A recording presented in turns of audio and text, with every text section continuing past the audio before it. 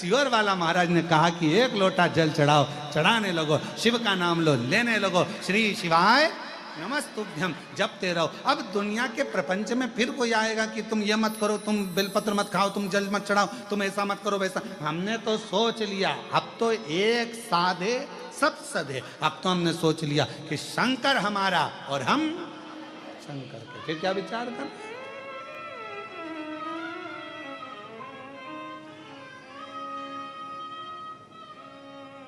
एक भजन का पर्चा यशराज पंडित जी के पास हो दिया, तो वो एक जो हम सोच लिए, जो हम विचार कर लिए, जो हम मन में सोचे विचार कर,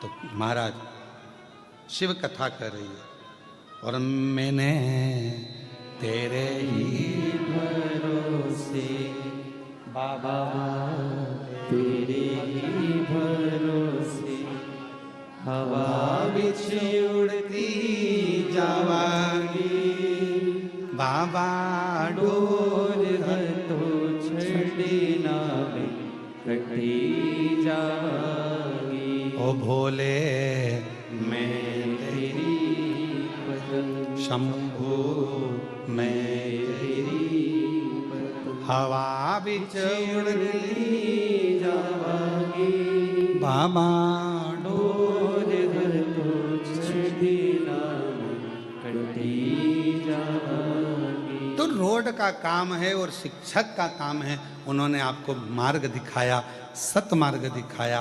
अब आपके ऊपर निर्भर करता है कि आप क्या ग्रहण करो, ये आपके ऊपर निर्भर करता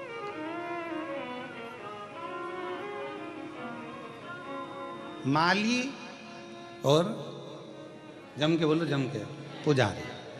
माली ने क्या करा, पौधा लगाया। माली ने क्या करा, फूल के पौधे को बड़ा करा। माली ने क्या करा कि फूल को पाला अपने पुत्र की तरह, और एक बेटे की तरह जब पालन पोषण कर लिया। तुम देखना, जो माली दिल से पौधे लगाता है ना, उसका फूल तोड़ के बता दो, वो तुम्हें नी गोभी का फूल बना दे, तुम तोड़ के बता दो। कोई किसान सोयाबीन लगाया, कोई किसान ने मक्का बोई, कोई किसान ने गेहूं बोया, फसल लगाई, और तुम उसके खेत को मचाओ तो वो एक एक पौधे को अपनी औलाद की तरह रखता है किसान। एक एक पौधे को, सोयाबीन का एक पौधा होगा, एक गेहूं का पौधा होगा, एक मक्का का पौधा होगा, तो वो किसान के लिए उसकी औलाद जैसा होता है, उसके बच्चे जैसा होता है कि कैसे इसमें जो दाना आएगा मैं बेचकर अपना कर्जा चुका दूंगा, मेरी घर बना लूंगा, मेरी बेटी की शादी कर दूंगा, मेरे बेटे का ब्याह कर दूंगा, मेरा मकान बन जाएगा। किसान कितनी आस लगाता है।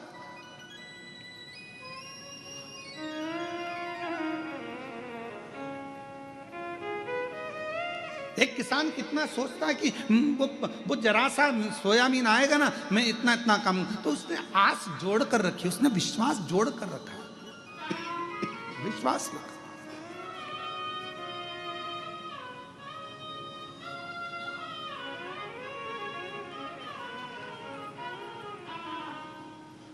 माली ने पौधा लगाया, फूल बड़ा करा, पुजारी ने फूल को तोड़ा, भगवान तक लेकर गया। मेरे बेल्लूर की जीजाओं ने बहुत अच्छा जवाब दिया कि सबसे ज़्यादा पुण्य किसके खाते में जाएगा, माली के खाते में। क्यों? उसने अपने पुत्र के भाव से उसको संजोया है, और पुत्र को संजो कर उसने परमात्मा तक ले जाने के लिए छोड़ दिया है। बीच में मझधार जो बना है, बीच में सेतु जो बना है, बीच में जो मंजिल तक पहुंचाने वाला बना है, वो पुजारी। तो एक संत, एक साधु, एक सन्यासी, एक तपस्वी, एक कथाकार, एक गुरु अपनी जिंदगी में माली का काम करता है, तुम्हें पोष कर बड़ा कर कर परमात्मा तक पहुंचाने का एक लक्ष्य निश्चित कर देता है, और तुम्हें वो परमात्मा तक पहुंचाने का प्रयास करता है। जैसे ब्रह्मर्षि वशिष्ठ जी सरयू जी को लेकर आना चाहते हैं, भगवान नारायण से कहा कि मैं सरयू को ले जाना चाहता हूं। क्यों? भगवान विष्णु ने पूछा, ये मेरी मानस पुत्री है, तुम इसको करोगे क्या? क्यों लेकर जा रहे हो, पृथ्वी पर क्या काम आएगी है? तो ब्रह्मर्षि वशिष्ठ बाबा ने कह दिया कि मैं इनको इसलिए लेकर जा रहा हूं कि संसार के लोग इनका दर्शन कर कर अपने पापों को त्याग दें। हमसे 3 दिन से लगे थे पीछे, गुरुजी 9 तारीख हो गई, हम 12 को चले जाएंगे।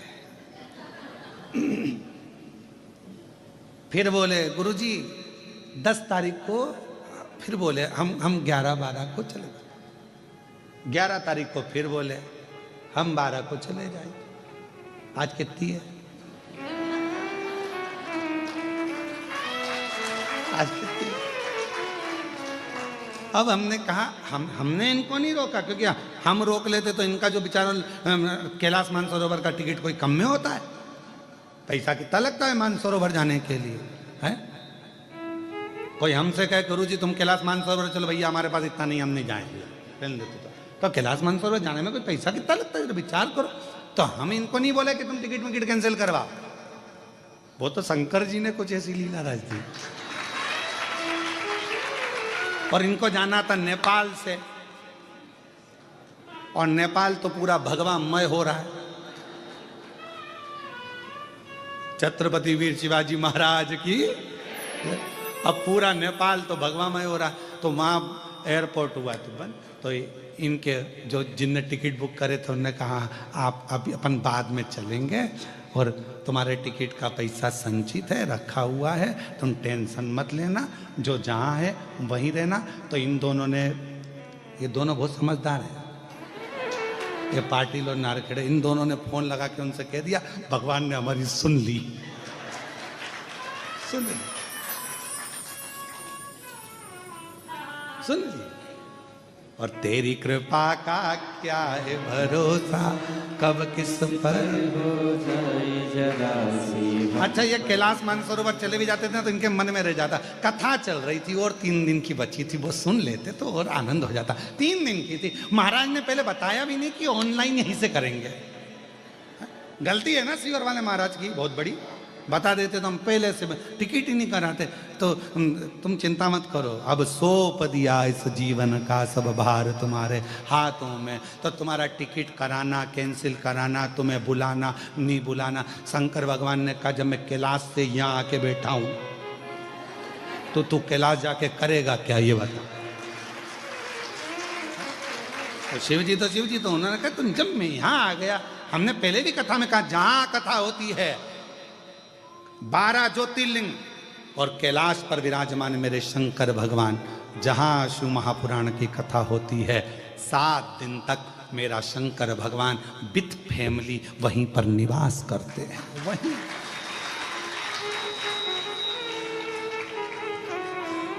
और अकेले वो भी नहीं रहते, अपने गणों के बिना, इसलिए तुम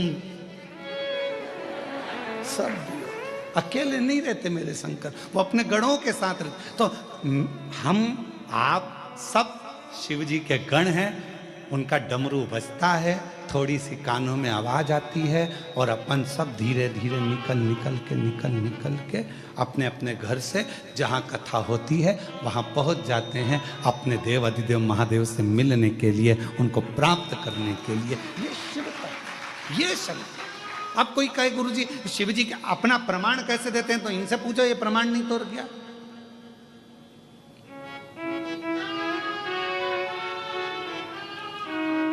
महाराज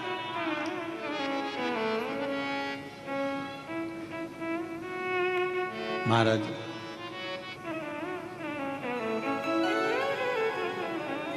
शिव कथा कर रही है। चंदा सजाए भोले ये मृत्यु लोक में जाकर करेंगे क्या? कहा जितने भी जीव हैं 4 स्थान पर हर व्यक्ति से पाप होता है। ऐसा कोई मनुष्य नहीं है जिससे 4 स्थान पर पाप ना हो। दुनिया का कोई व्यक्ति कह दे कि हम सबसे ज्यादा पवित्र हैं, हमने जिंदगी में कोई पाप नहीं किया, समझ लेना पक्का झूठेला है।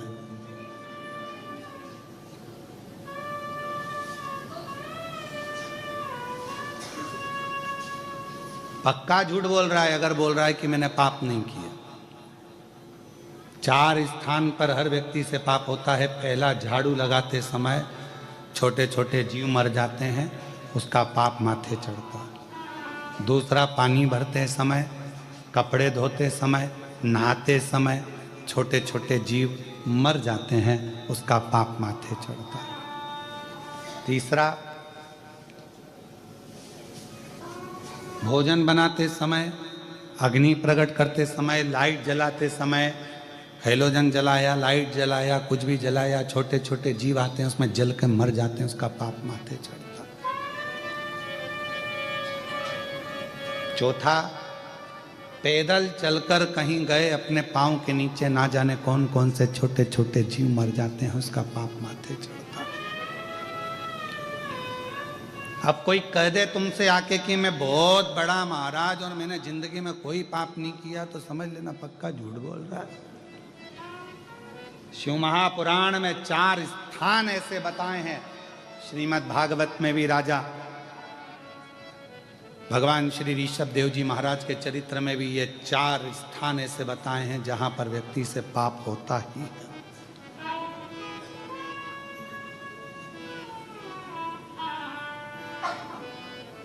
अब तुम मुंह हाथ नहीं धोगे क्या? जम के तो बोलो, धोगे ना, कोई जीव तो चाहता है। कपड़े नहीं धोगे क्या? धोगे, जीव तो जाता। झाड़ू नहीं लगाओगे क्या? लगाओ। तो यही तो ब्रह्मर्षि वशिष्ठ जी के मन में यही तो प्रश्न अड़ा कि हर व्यक्ति के सिर पर पाप की गठरिया बंधी है, प्रत्येक व्यक्ति पाप की गठरिया को ढो रहा है। और यदि वो भूलवश भी जिन मां सरयू जी को मैं पृथ्वी पर लेकर जा रहा हूं, अगर वो सरयू जी का दर्शन कर लेंगे, ये सरयू माता नदी के रूप में नहीं थी, ये तो स्त्री के रूप में थी। नदी तो बाद में बनी, अभी आप चरित्र श्रवण करेंगे, नदी जब बनी वो पहले तो स्त्री का स्वरूप। मैं इनको लेकर जा रहा हूं, ये कई पापियों के पाप को काट दे, कई। भगवान नारायण बड़े प्रसन्न हो गए कि अगर आप जन कल्याण के लिए लेकर जा रहे हो, जनमानस के उद्धार के लिए लेकर जा रहे हो, पूरे जगत के कल्याण के लिए लेकर जा रहे हो, तो ले जाओ इसको, उसमें क्या दिक्कत? जीव का कल्याण हो, इससे बढ़कर सुख और क्या है?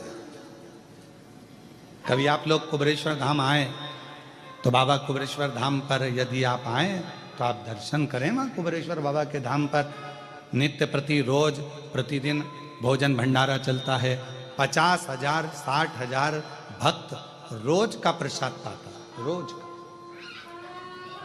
कभी आप कुबेरेश्वर धाम जाएं तो वहां पर कई ऐसे बच्चे हैं जो अपनी विद्या का खर्चा उनके माँ बाप नहीं उठा सकते, तो कुबेरेश्वर धाम का एक रजिस्टर ऑफिस में आप दर्शन करके आओ कि उसमें कितने बच्चे कुबेरेश्वर धाम की ओर से विद्या अध्ययन कर रहे हैं, कितनी बेटियां पढ़ रही, कितने बेटे पढ़ रहे हैं।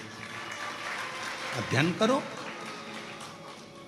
कभी मौका मिल जाए तो कुबेरेश्वर धाम अभी एक नया क्रम प्रारंभ करने वाला है थोड़े दिन में, कि प्रतिदिन एक बेटी का विवाह, लड़की वाले लड़के वाले 25-25 दोनों आ जाएं, 50 लोग एकत्रित हो जाएं, उनके भोजन की व्यवस्था, उनके दहेज की व्यवस्था सारी कुबेरेश्वर धाम से हो और उनका मंगल विवाह कर कर कुबेरेश्वर धाम से विदा कर दिया, क्योंकि वो उनके पिता का घर है। फिर हम क्यों कहें कि ये आपका मायका? मायका है तो वहां फर्ज भी तो अदा हो कि वहां पर तुम्हारे लिए कुछ करा जाए।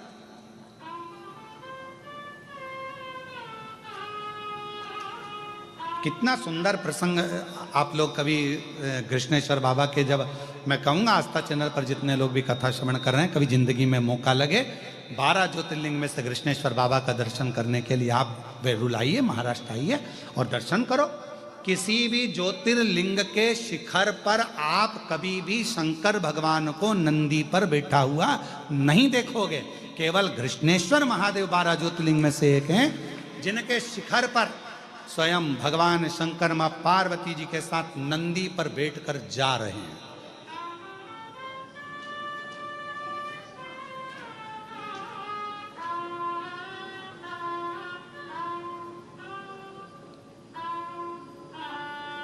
एक पत्र है, देखो जरा, इस पत्र में एक प्रश्न लिखा है।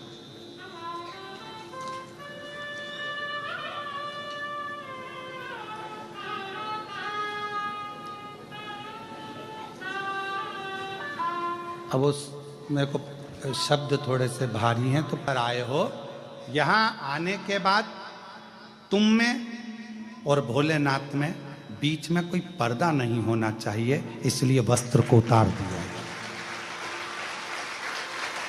यहां बीच में कोई पर्दा ना हो। तो फिर एक प्रश्न खड़ा हो जाता है कि पुरुषों के लिए ऐसा भाव? हाँ, क्योंकि मां जब वस्त्र धारण करती है तो वो मां उसकी करुणा और उसकी वात्सल्यता का वस्त्र पहनती है।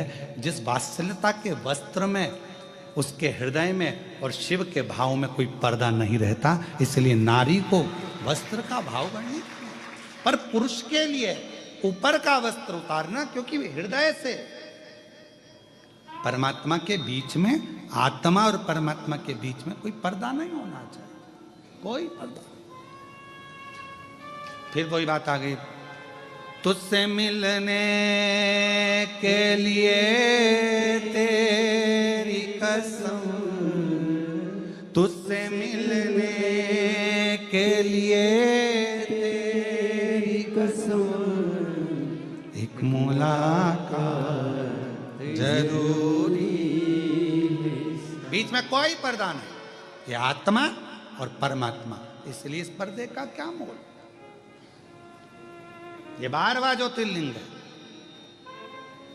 12 ज्योतिर्लिंग में से किसी ज्योतिर्लिंग के ऊपर शंकर पार्वती नंदी पर बैठकर जाते हुए नजर नहीं आते, पर कृष्णेश्वर महादेव के शिखर में शिव पार्वती नंदी पर बैठकर जा रहे हैं।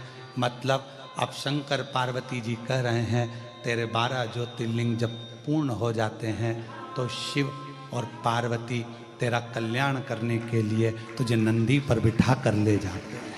क्यों चिंता? यहां से हमारी गंतव्य यात्रा पूर्ण हो जाती है। 12 ज्योतिर्लिंग पूर्ण, अपनी गाड़ी में बैठो, घर जाओ। 12 ज्योतिर्लिंग पूर्ण हो गए, अपने अपने घर को जाओ।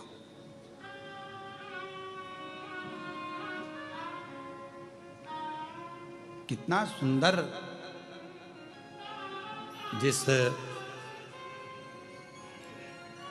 कृष्णेश्वर बाबा के ज्योतिर्लिंग के मंदिर का निर्माण स्वयं छत्रपति वीर शिवाजी के दादाजी ने कराया हो, और फिर उस मंदिर का निर्माण स्वयं माहिल्याबाई होलकर ने कराया हो,